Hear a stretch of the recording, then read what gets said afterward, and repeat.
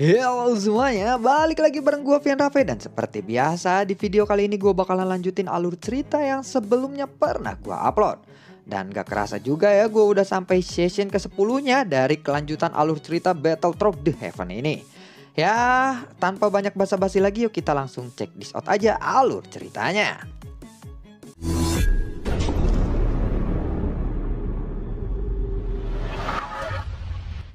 Di episode sebelumnya, Xiaoyan yang menanyakan asal-usul dari Lotus Flame di tempat ini, orang tua yang misterius itu lalu berkata, "Haha, Lotus Flame di tempat ini semua sekarang adalah milikmu," ucap dari orang tua itu. "Milikku," jawab dari Xiaoyan. Ya, orang tua itu pun lalu mengangguk. "Dan kamu harus menyerap semuanya kali ini," ucap dari orang tua itu lagi. "Tunggu dulu. Apakah dengan kekuatanku yang hanya Dausian bintang 5 saat ini itu akan mampu untuk menyerap semua Lotus Flame di tempat ini?" tanya dari Xiaoyan. "Kamu harus yakin dengan dirimu sendiri. Ada sekitar 10.000 Lotus Flame di tempat ini. Jika kamu menyerap semuanya, mungkin kamu bisa melampaui kekuatanku saat ini," ucap dari orang tua itu. Itu memang terdengar sangat menggoda. Tetapi Xiaoyan sadar bahwa terlalu banyak untuk menyerap 10.000 Lotus Flame ini. Menyerap satu Lotus Flame saja itu sudah membuat Xiaoyan merasa tidak nyaman dan tercekik. "Aku mempunyai sebuah skill bertarung. Bai Tianri juga terkenal karena skill itu. Dan aku harap itu akan membantumu," ucap dari orang tua itu sambil melemparkan Xiaoyan sebuah botol giok.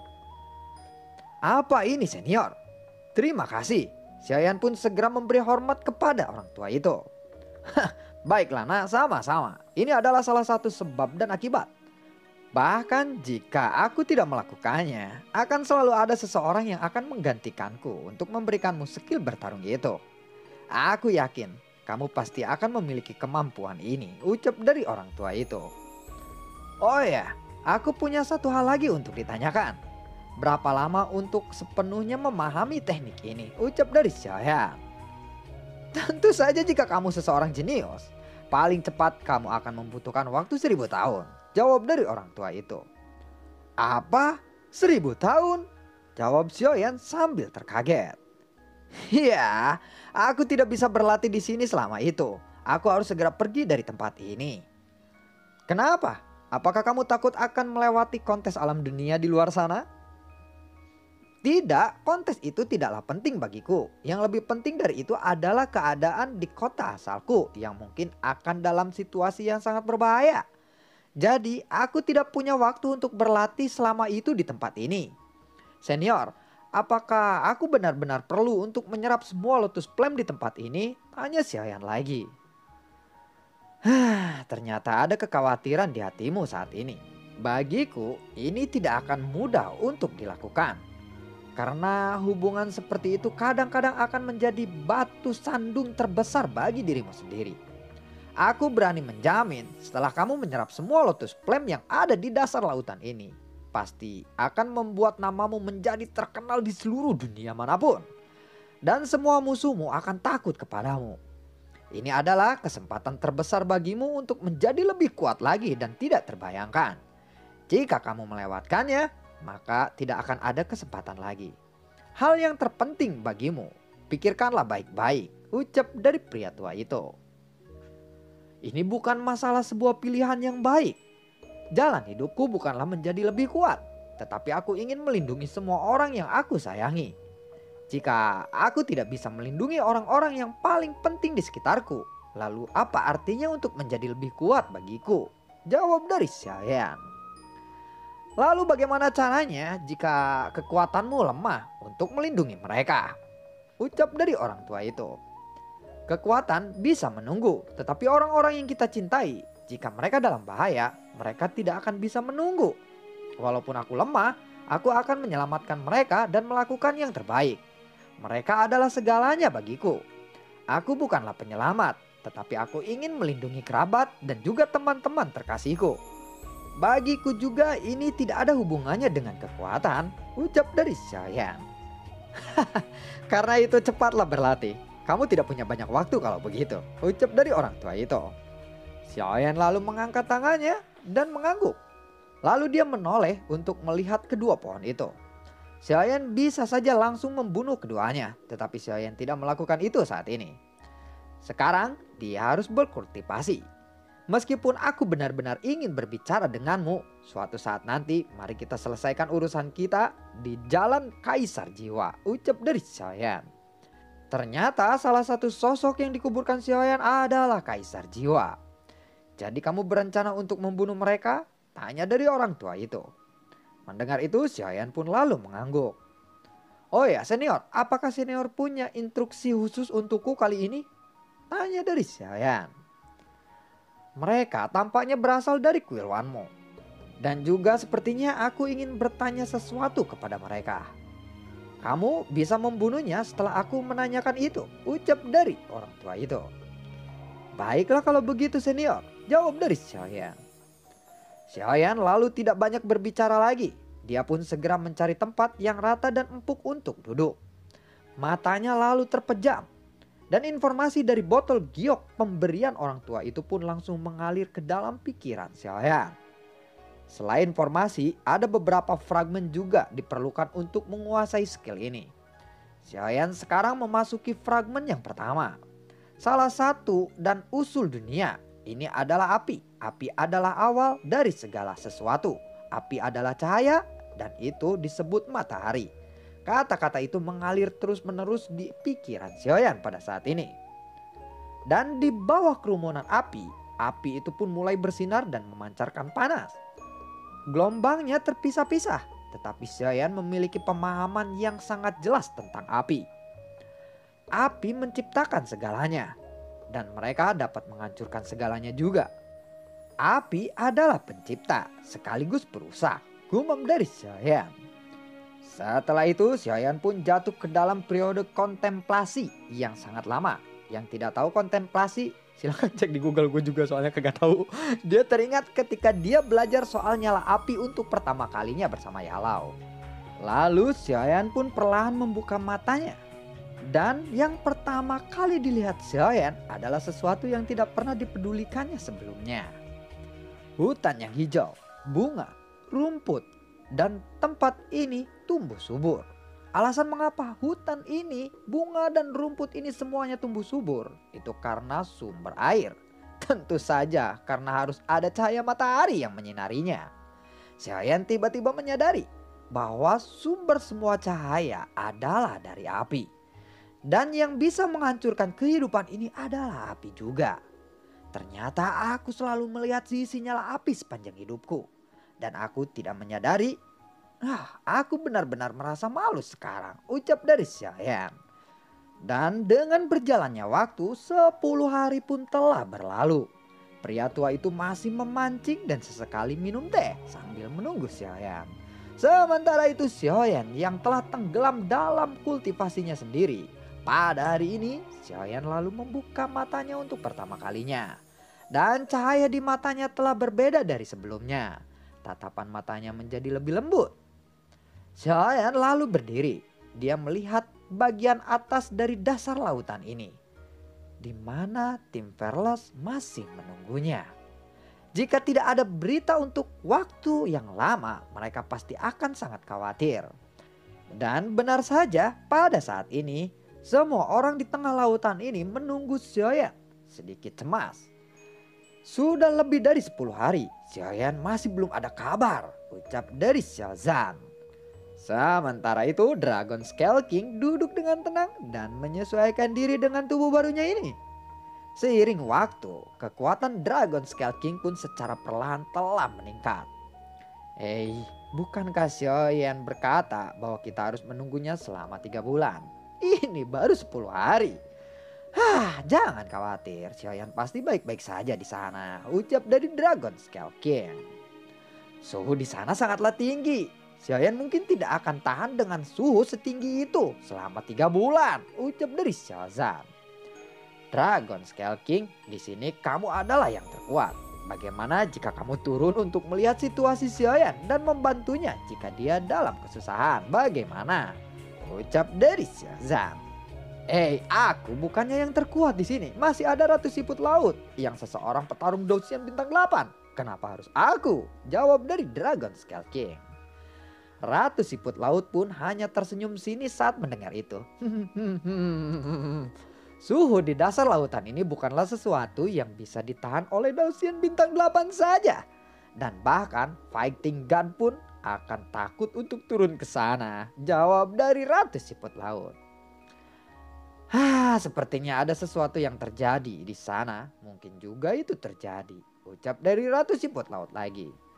Dia terus melihat ke bawah saat ini. Dan di sana terlihat titik hitam dari kejauhan yang terus menyebar.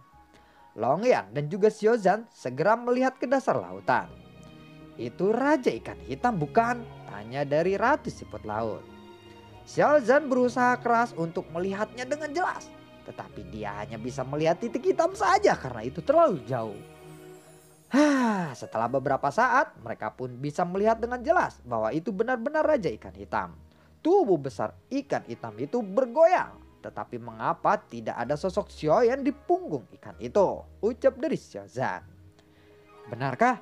Padahal aku memintanya untuk kembali dengan ayah. Mengapa dia kembali sendirian? Ucap dari Longyan. Tampaknya Xiaoyan dalam kesulitan saat ini. Ucap dari Dragon Scale King. Longyan pun langsung memanggil raja ikan hitam itu. Raja ikan hitam itu pun langsung menghampiri Longyan. Dan sebelum Longyan bertanya kepadanya, raja ikan hitam itu membuka mulutnya dan melihatkan ada sesuatu atau batu giok di dalam mulut ikan itu. Dan Longyan pun langsung mengeluarkannya dari mulut raja ikan hitam itu. Saat Longyan membuka botol itu, ada kekuatan jiwa yang terpancar keluar dari sana. Dan kemudian kekuatan jiwa itu berkumpul dan membentuk bayangan Xiaoyan. Aku mungkin perlu waktu untuk berlatih di dasar lautan saat ini. Aku juga perlu meminta Yang Mulia Ratu Siput Laut untuk membantu menjaga anggota tim Fearless. Iblis Bei Tianri sudah mati. Aku sudah menyelesaikan latihan ini secepat mungkin dan berusaha untuk segera kembali. Ucap dari bayangan Xiaoyan itu. Kemudian bayangan itu pun lalu menghilang secara perlahan. Voice note mungkin ya, tapi ada grafiknya gitu. Ternyata benarkan apa yang aku bilang? Xiaoyan baik-baik saja di sana. Pikiranku memang tidak pernah salah, ucap dari Dragon Scale King. Namun Ratu Siput Laut masih terkejut.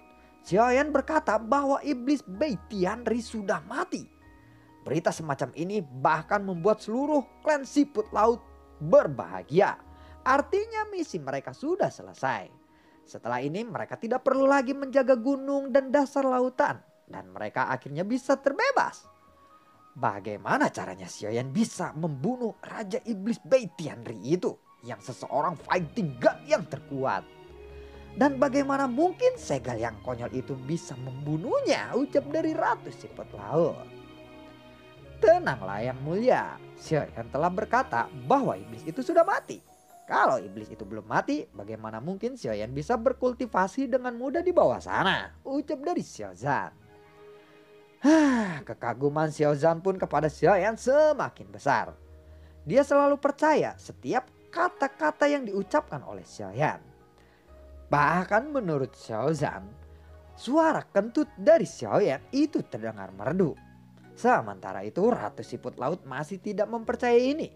Karena dia sudah mendengar tentang reputasi iblis itu sejak di usia muda. Dan sekarang tiba-tiba dia mendengar bahwa iblis itu sudah mati. Jadi Ratu Siput Laut masih belum bisa menerima kabar ini begitu saja. Kecuali jika Ratu Siput Laut mengkonfirmasi dan melihat dengan mata kepalanya sendiri. Namun dia tidak bisa mengkonfirmasinya saat ini karena itu harus terjun ke bawah dasar lautan. Tatapan Ratu Siput Laut pun menunjukkan dilema yang sangat luar biasa. Dia lalu segera memikirkan kemungkinan Xiaoyan mungkin saja melakukan ini karena paksaan dari iblis itu. Benar juga. Namun ini tampaknya agak tidak masuk akal. Benarkah iblis Bei Tianri itu benar-benar mati? Masih ada keraguan di dalam hati Ratu Siput Laut. Yakinlah Xiaoyan tidak akan pernah berbohong kepadaku, ucap dari Xiaozan. Ratu Siput Laut pun akhirnya mengangguk. Dan dia akan menunggu Xiaoyan sampai Xiaoyan keluar untuk mengkonfirmasi kabar ini secara langsung dari mulut Xiaoyan. Sekarang semua anggota tim Verlas pun bersamanya. Jadi Xiaoyan tidak akan mungkin kabur tanpa membawa teman-temannya ini. Raja ikan hitam, aku harus memintamu untuk menunggu ayahku keluar dari dasar lautan, ucap dari Longyan sambil menepuk kepala Raja ikan hitam itu. Raja ikan hitam itu pun lalu menganggukkan kepalanya. Dia pun kembali ke dasar lautan dengan cepat. Lalu semua orang pun kemudian segera bergegas untuk duduk di atas ikan hitam dan berenang menuju ke atas. Mereka akan meninggalkan tempat yang sangat panas ini menuju ke atas. Ratu Siput Laut pun memimpin tim Verlas dan tim wilayah laut untuk kembali beristirahat di istananya untuk sementara waktu sambil menunggu Xiaoyan kembali. Sementara itu Xiaoyan yang masih duduk dengan tenang. Namun ketika Xiaoyan akan bersiap berkonsentrasi pada kultivasinya, dia tiba-tiba dihentikan oleh orang tua itu. "Anak muda, jangan terlalu fokus. Ayo temani aku memancing dulu sebentar," ucap dari orang tua itu. "Senior, aku benar-benar tidak punya banyak waktu. Bukankah memancing akan membuang-buang waktuku?" jawab dari Xiaoyan. "Terlalu fokus juga bukan hal yang baik. Skillku bukanlah sesuatu yang bisa kau kuasai dalam waktu yang singkat. Dengan memancing mungkin akan ada beberapa hal yang tidak kamu mengerti menjadi pencerahan buatmu saat aku memancing bersamamu," ucap dari pria tua itu. Ketika dia menepuk pundak Xiaoyan, nyala api di tubuh Xiaoyan pun langsung melonjak dan mata Xiaoyan pun berkedip seketika. Xiaoyan pun akhirnya mengikuti pria tua itu untuk pergi ke sungai. Pria tua itu dengan lembut melemparkan pancingannya. "Senior, kenapa kamu tidak memakai topi jeramimu kali ini?" tanya dari Xiaoyan. "Aku hanya sedang membayangkan kalau sekarang sedang hujan dan aku sedang mandi air hujan saja. Dan begitulah makanya aku tidak memakai topi jeramiku," ucap dari pria tua itu sambil tersenyum. Xiaoyan benar-benar tidak bisa memahami suasana hati orang tua ini. Memancing yang tidak ada ikannya sama sekali. Dan itu membuat kenangan baik yang aku miliki mengerti. "Baiklah, kita ganti topik saja. Setelah sekian lama, kamu masih belum memberitahuku siapa namamu," ucap dari orang tua itu. "Oh iya senior, namaku adalah Xiaoyan," jawab dari Xiaoyan. Nama itu sepertinya sudah ditakdirkan berhubungan dengan api, bukan? "Apakah kamu telah mendapatkan sesuatu dari kultivasimu selama ini?" tanya dari orang tua itu. Xiaoyan pun lalu menggelengkan kepalanya. Dia tidak merasakan apa-apa sama sekali saat ini. "Ya, kamu belum mendapatkannya bukan? Tetapi aku yakin kamu pasti akan mampu." "Oh ya, kamu harus membersihkan cairan serangga yang masih ada di matamu itu," ucap dari orang tua itu.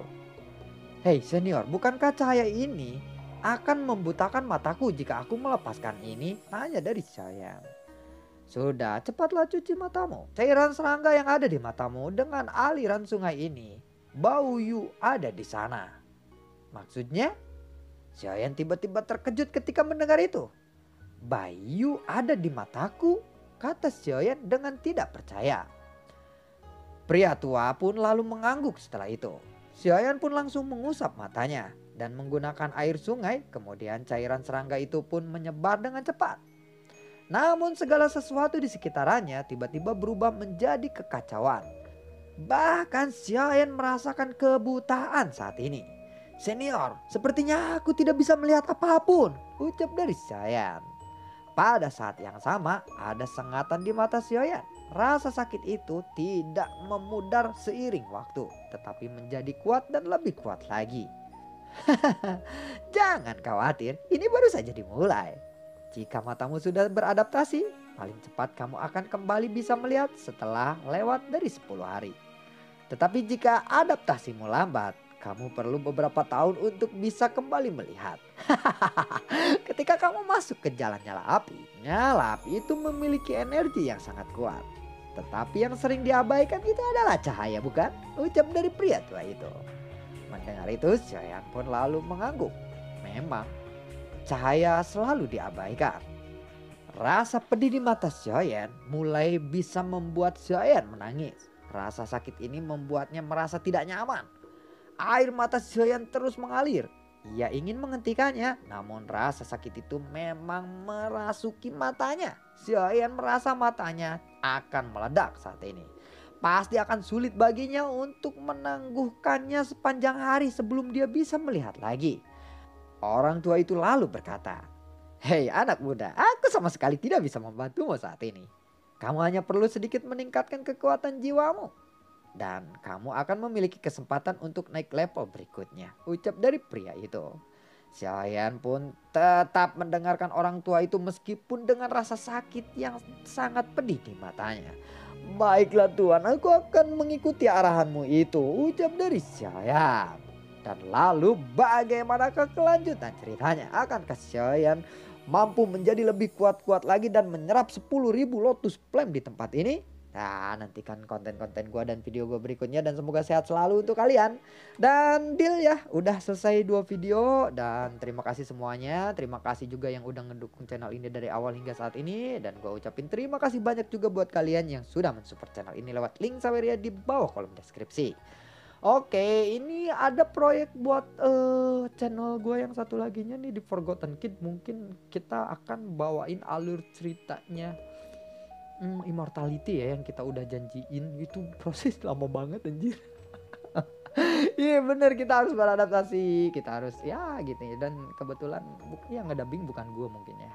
Tapi ya kita nantikan aja. Nanti gue kabarin, nanti gue kabarin di kolom di menu komunitas, atau kalau enggak gue bakalan live sebentar lah atau ngasih video sebentar untuk gimana kalau kita mulai Immortality di Forgotten Kid. Terima kasih semuanya dan nantikan konten Immortality-nya di Forgotten Kid. Assalamualaikum dan semoga sehat selalu untuk kalian. Dadah.